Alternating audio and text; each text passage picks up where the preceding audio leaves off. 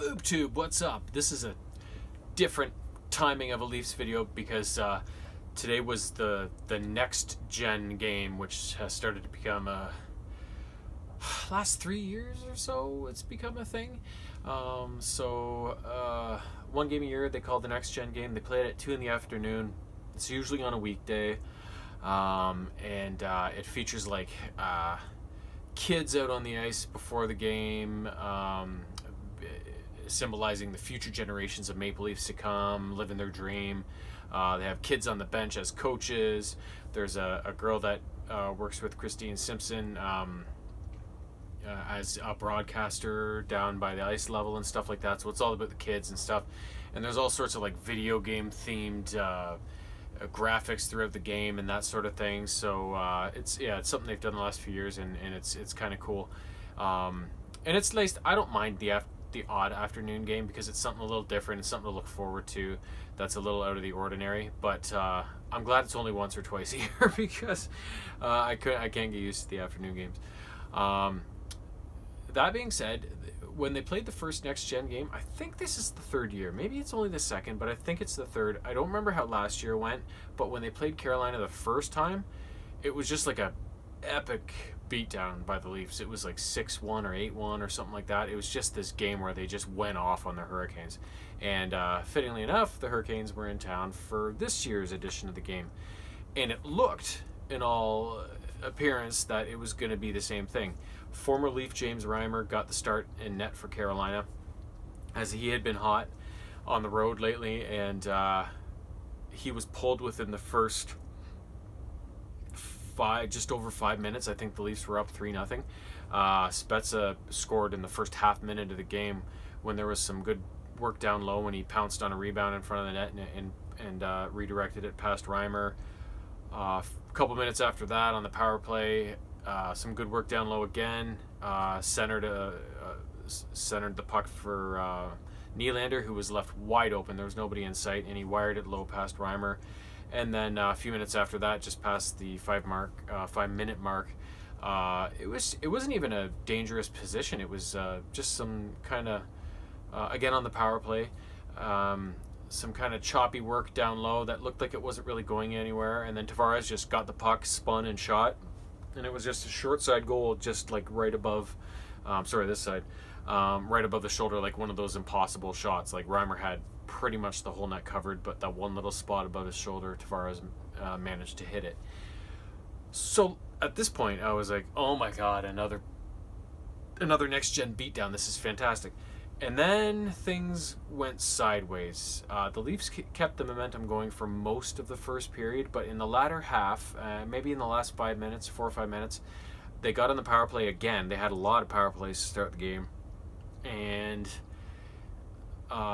they were pressuring, and they got a bit out of position, or somebody pinched or something, which resulted in a 2-on-1. And I think Carolina is the team with the highest number of shorthanded goals this season. So they broke out on a 2-on-1. Barry couldn't get a hold of the shooter or cover the passer, and I don't know who it was, wired it past Anderson. And so there was the 3-1 lead diminished to 2 goals instead of the 3-goal lead. And then I think it was like half minute before the end of the period, the Carolina Hurricanes themselves got on the power play. Excuse me, sorry. Christmas. And then managed to pop one in on the power play too. So it went to the break with the Leafs up 3-2. They still had a lead. Things were still looking okay considering, but the momentum had definitely been lost by the end of the first period. And then in the second period, from the end of the first period to just over halfway through the second period, the Leafs didn't have a shot in well over 10, 11 minutes or something like that. And Carolina has started to take control of the game. And during that time, they managed to score 3 unanswered goals in the second period to go up 4-3. They got another one. They were up 5-3, I think it was. They scored 3 goals in the second to make, because they had 2. So it was 5-3.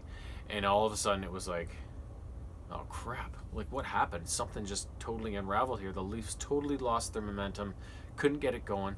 And once they did manage to get a couple shots just after the halfway point of the second period, it kind of it got them going again. They got some more momentum going, um, but Carolina managed to pop another one and make it 6-4 by the end of the period. Um, or no, sorry, they didn't. They finished the second period at 5. There were so many goals I can't even keep track of them. It was kind of like the Star Wars movie when I had my notes in my last video there, and it was just there was so much going on that I can't even keep track of it in my mind. Yeah, so the Hurricanes scored those 3 goals in the second period. The Leafs managed to get a bit of momentum back and went to the break down 5-3. Early in the second period, in the first couple minutes, Matthews got set up from behind the net and wired one home past Mrazek, who was in the net after Reimer gave up the 3 early goals. And it was down to 5-4, and it was like, okay, here they go. This is a good start to the third period. They got the whole period to at least get one more goal and hopefully drag this thing at least to overtime. And but then Carolina scored just after that, so it was down to 6-4. And once it got to 6-4, I was just like, I think this is it. You know, it was like there's been so many goals, so much loose play, that down 2 goals in a game like that with like 3/4 of the final period to go, I just didn't think it was going to be enough. Oh, did the Leafs prove me wrong? In a span of, God, I don't know what it was, a minute and 5 seconds or something like that in the third period, they went off for 3 goals and took a 7-4 lead, or a 7-6 lead, sorry. And the goals were beauties too. The first one, Matthews did this spinorama, no-look backhand pass across the crease to Marner, who ripped it by Mrazek. Then after that, it was Marner showing some patience down low, waited till things developed, got a nice pass to Barry as he was cutting across the crease, and he backhanded it past a sprawling Mrazek. And then after that, it was Marner again. It was a set play off a face-off. They pushed the puck ahead, and he just took off through the 2 defensemen and did a little deke through the wickets of Mrazek, and that was the 7-6 lead. And Carolina would push and push, but eventually they would get scored on the empty net when Hyman was able to spring ball, and it's a big man with speed, that's for sure. Just like Mikheyev, these big guys with their speed. He buried the empty netter, and that made it 8-6, and that was finally the way that the game would end. And you could see I had a bit of problem remembering the sequence of events in this game because it was such a bizarre game. It was fun, but it was a game that featured at times such high levels of skill and speed and back and forth action. And conversely, there were times in the game where it was so boring and it was just mucky and nothing much was happening. So it was just this back and forth kind of weird ping-ponging game of momentum and style of play. And it was just kind of like you just hope they got through it with at least a point, like because when a game gets that high scoring, you just don't know. You think it's gonna, like, that next goal is gonna be the last goal, but it never is. It's just so crazy.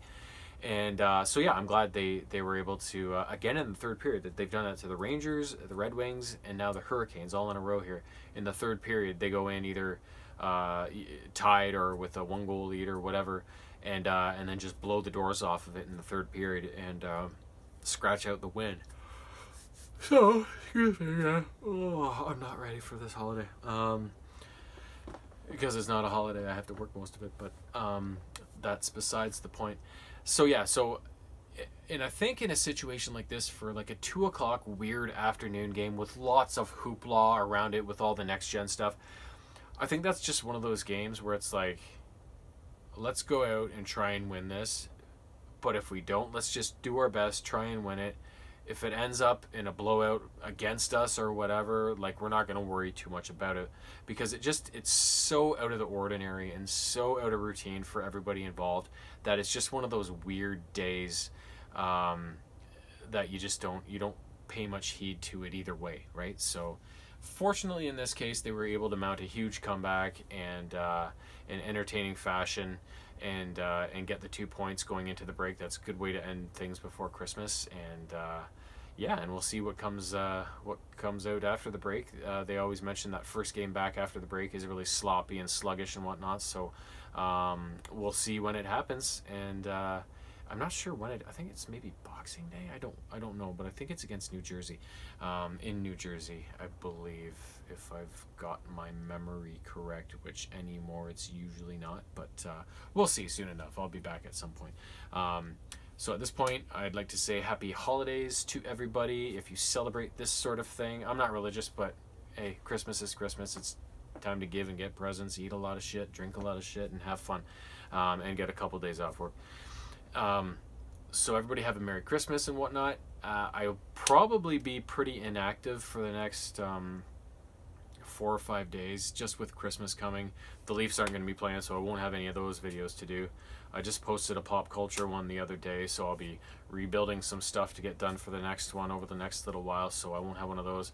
And then we'll just have people in and out over the holidays with lots of visits and stuff like that, and lots of entertaining. So I probably won't be able to play as many games as I'd like, so there probably won't be even much gameplay footage, if any at all, either. So if I go silent, I'm okay. I'm just trying to survive the holidays. So everybody have fun, and we'll see you soon.